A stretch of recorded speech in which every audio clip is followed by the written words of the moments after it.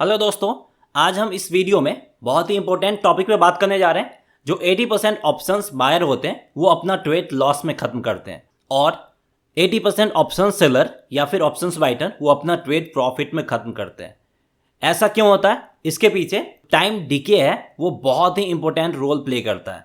और जैसे जैसे एक्सपायरी नज़दीक आता है तो टाइम डिके ज़्यादा होता है और ऑप्शंस का जो प्रीमियम है वो ज़्यादा फास्टली डिके होता है।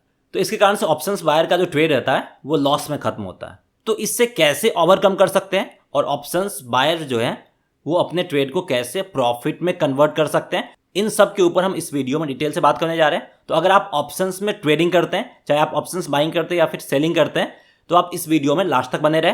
तो आगे बढ़ने से पहले यहाँ पे मैं आपको एक पिक्टोरियल के थ्रू समझाना चाहूंगा कि कैसे टाइम डिके जो होता है वो ऑप्शंस बायर के अगेंस्ट जाता है। तो यहाँ पे आप चार्ट में भी देख सकते हैं कि स्टार्टिंग में जो ऑप्शंस के प्रीमियम में अच्छा खासा टाइम वैल्यू होता है और जैसे जैसे एक्सपायरी नज़दीक आता है वैसे ही उतना फास्ट ऑप्शंस का जो प्रीमियम होता है वो डिके होता है, क्योंकि टाइम वैल्यू वहाँ पे खत्म होता चला जाता है। तो यही चीज़ चलिए अब हम समझते हैं। यहाँ पे हमने ऑप्शन चेन का चार्ट ओपन कर लिया है और इस पे आने से पहले मैं आपको बताना चाहूँगा कि इससे पहले भी हमने एक वीडियो बनाया था जिसमें मैंने आपको बताया था कि कैसे आप टाइम वैल्यू और इंट्रिंसिक वैल्यू को कैलकुलेट कर सकते हैं। ये बहुत ही इंपॉर्टेंट टॉपिक है।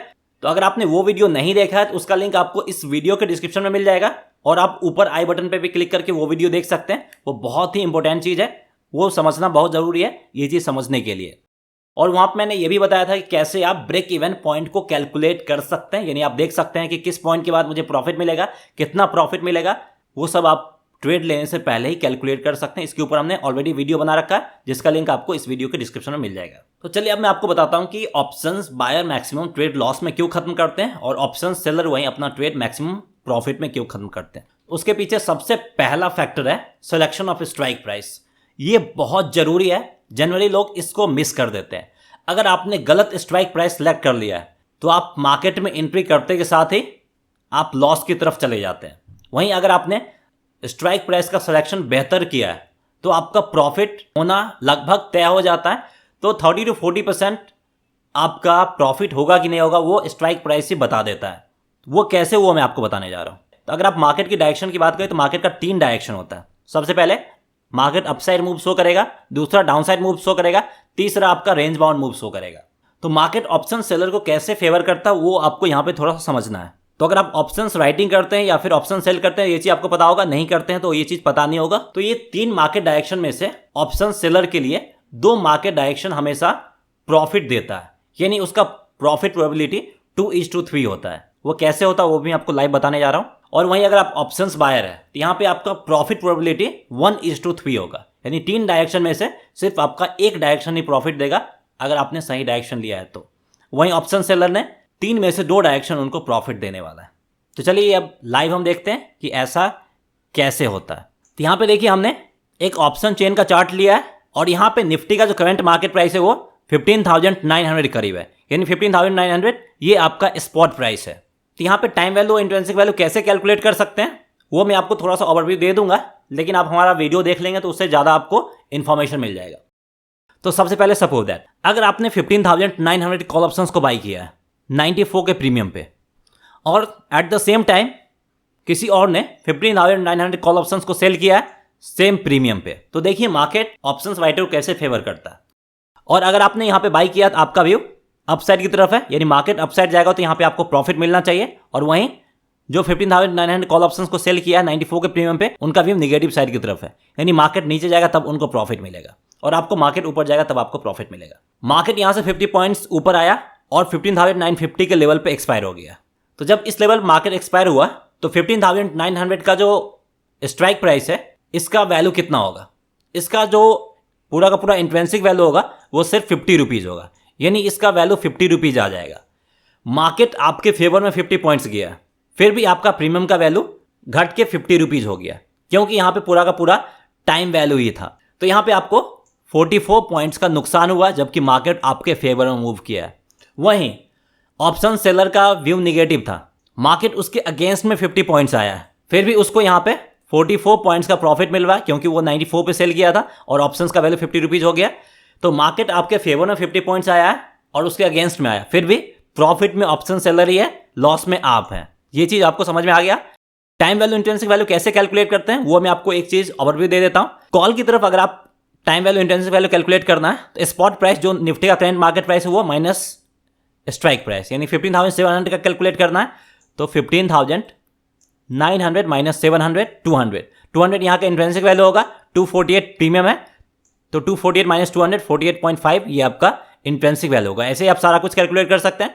पुट की तरफ अगर आप बात करें तो यहाँ पे strike price minus spot price, तो अगर यहाँ पे आपको 16,000 पुट ऑप्शंस का time value intrinsic value find करना है तो 16,000 माइनस 15,900 तो ये हो जाएगा आपको 100 इंट्रिंसिक वैल्यू है और 111 माइनस 100 ये आपका टाइम वैल्यू हो जाएगा। तो ये छोटा सा ओवरव्यू है, बाकी डिटेल्स आप हमारे वीडियो में देख सकते हैं। चलिए 50 पॉइंट्स मार्केट आपके फेवर में आया था, फिर भी आपको नुकसान हुआ है। अब यहाँ पे देखते हैं मार्केट आपके फेवर में 100 पॉइंट्स आया है, यानी मार्केट 16,000 के लेवल पे एक्सपायर हुआ है और आपने 15,900 कॉल ऑप्शंस को बाई किया है 94 के प्रीमियम पे। वहीं जो ऑप्शन सेल करते हैं वो उन्होंने सेल किया है 94 के प्रीमियम पे। मार्केट आपके फेवर में 100 पॉइंट्स आया और मार्केट उनके अगेंस्ट में 100 पॉइंट्स गया है। ये चीज़ आपको ध्यान में रखना है, उनका प्रिडिक्शन कंप्लीटली रॉन्ग हो गया और मार्केट उनके अगेंस्ट में 100 पॉइंट्स आया और आपके फेवर में 100 पॉइंट्स आया। तो 16,000 के लेवल पे एक्सपायर होने के बाद 15,900 स्ट्राइक प्राइस का जो प्रीमियम होगा वो होगा आपका 100 रुपीज़, यानी यहाँ पे आपको सिर्फ 6 पॉइंट का प्रॉफिट मिलेगा। और वहीं ऑप्शन सेलर की बात कर ले तो वो 94 पे सेल किया, 100 पे आ गया है तो उनको सिर्फ 6 पॉइंट का नुकसान होगा। यानी मार्केट आपके फेवर में 100 पॉइंट्स मूव किया जो कि बहुत बड़ी बात होती है, तो यहाँ पे आपको सिर्फ 6 पॉइंट का प्रॉफिट मिल रहा है और ऑप्शन सेलर के अगेंस्ट में 100 पॉइंट्स गया है, उसके बावजूद भी यहाँ पे सिर्फ 6 पॉइंट का लॉस हो रहा है। तो ये देख रहे हैं कि ऑप्शन सेलर को कैसे फेवर कर रहा है। यहाँ पे मार्केट जो कि है वो आपका रेंज बाउंड है, फिर भी ऑप्शन सेलर को फेवर कर रहा है और यहाँ से ऊपर जाएगा तब ऑप्शन सेलर को ज़्यादा नुकसान होगा, अदरवाइज ज़्यादा नुकसान नहीं होगा। वहीं देख लेते हैं मार्केट आपके अगेंस्ट 50 पॉइंट चला जाता है, यानी 15,850 पे एक्सपायर होता है, तो फिर क्या होगा। ऑप्शन सेलर के फेवर में सिर्फ 50 पॉइंट्स गया है तो 15,900 का जो प्रीमियम है वो आपका 0 पे आ जाएगा, यानी यहाँ पे ऑप्शन सेलर को 94 पॉइंट्स का प्रॉफिट हो जाएगा और आपको 94 पॉइंट्स का नुकसान हो जाएगा। यानी आपके फेवर में 50 पॉइंट्स आया तो कुछ नहीं दिया, लेकिन अगर आपके अगेंस्ट में 50 पॉइंट्स चला गया तो आपका पूरा का पूरा प्रीमियम ले डूबा है। तो ये चीज़ होता है ऑप्शन सेल करने पे प्रॉफिट मिलता है। और ये चीज़ क्यों हो रहा है, क्योंकि मैंने स्ट्राइक प्राइस का सिलेक्शन गलत किया है। अगर हम दूसरा स्ट्राइक प्राइस लेते हैं, यही चीज़ मैं आपको समझा रहा हूँ। अब देखिए यहाँ पे हमने time value intrinsic value calculate करके रखा सारे स्ट्राइक प्राइस का, 15,600 के लेवल पे आते हैं तो यहाँ पे आपका सिर्फ 39 रुपीज़ टाइम वैल्यू है और इंट्रिंसिक वैल्यू 300 रुपीज़ है, जबकि 900 पे सारा का सारा टाइम वैल्यू था, इंट्रिंसिक वैल्यू 0 था।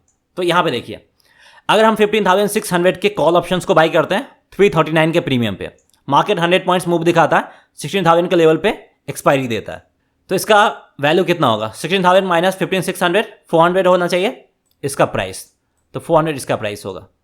तो मार्केट सेम 100 पॉइंट्स का अपसाइड मूव दिखाया, यहाँ पे आपको प्रॉफिट मिलेगा 61 पॉइंट का। तो हमने स्ट्राइक प्राइस का सिलेक्शन बेहतर किया है तो यहाँ पे मुझे 61 पॉइंट का प्रॉफिट मिल रहा है। और कोई अगर स्ट्राइक प्राइस का सिलेक्शन गलत करता 15,900 जो कि एट द मनी होता है, तो यहाँ पे आपका 6 पॉइंट का प्रॉफिट मिल रहा है।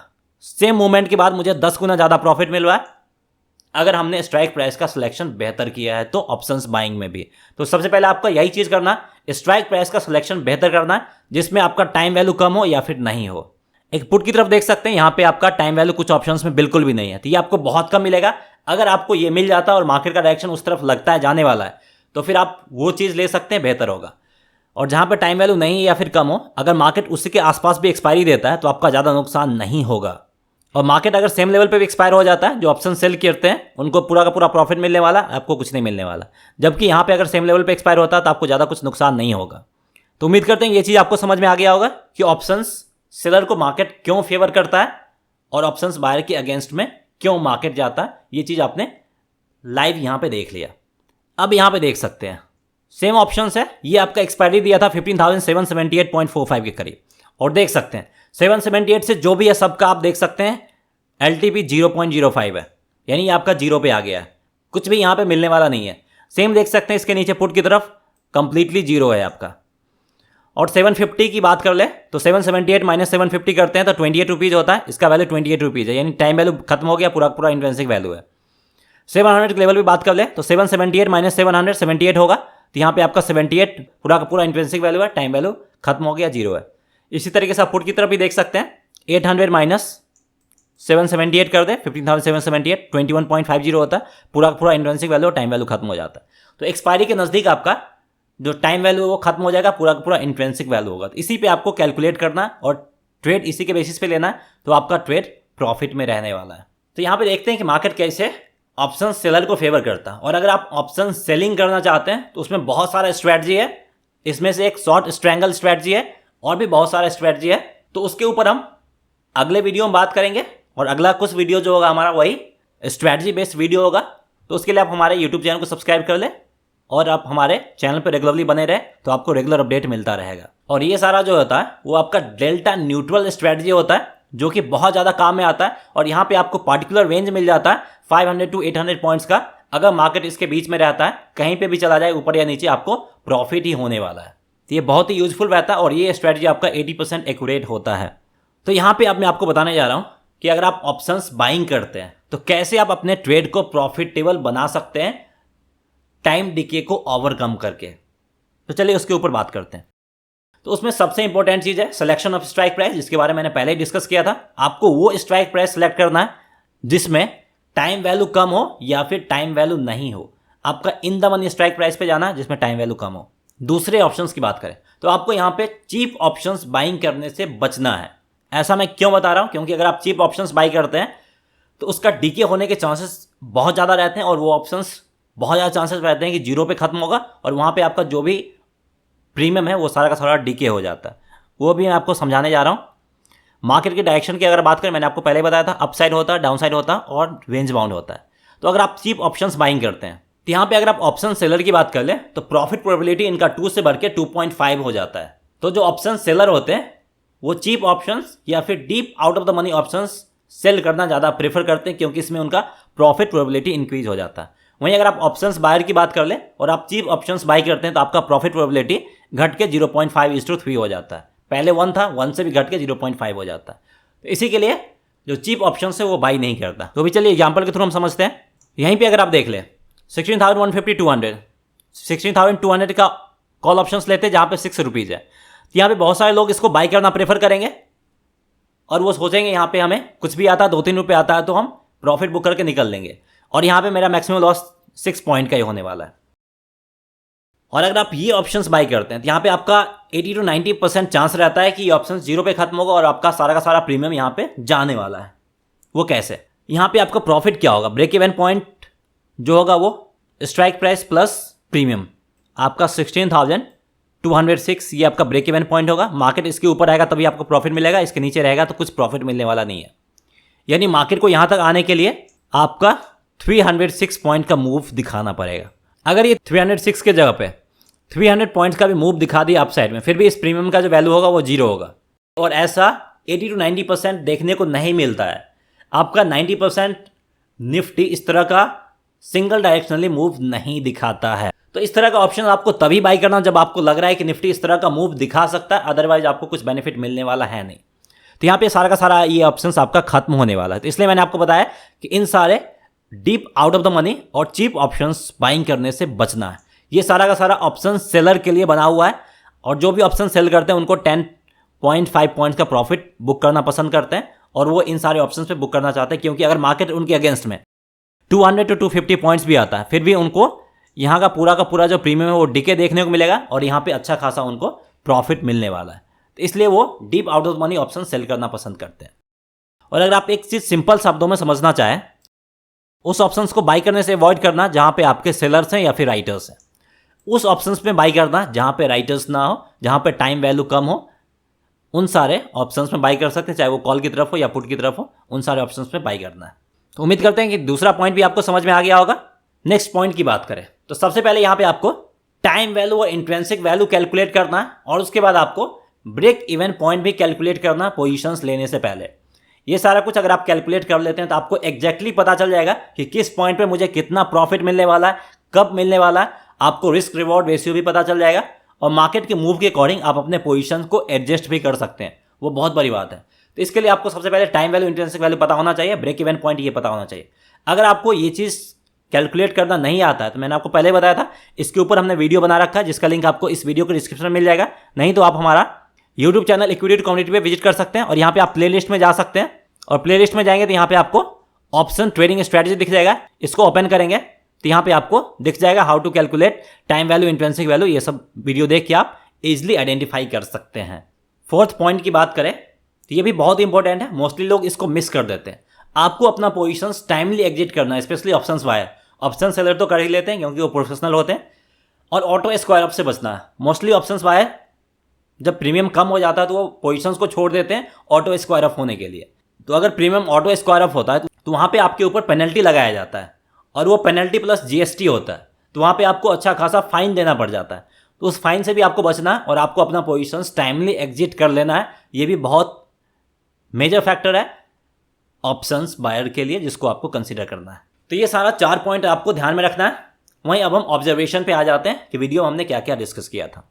सबसे पहले, अगर आप ऑप्शंस बाइंग या फिर सेलिंग करते हैं तो मोस्ट इंपॉर्टेंट चीज़ है सिलेक्शन ऑफ स्ट्राइक प्राइस। अगर आप सही स्ट्राइक प्राइस का सिलेक्शन करेंगे तो आपका 30 to 40% प्रॉफिट के चांसेस पहले ही इंक्रीज हो जाएंगे पोजीशंस लेने के साथ ही।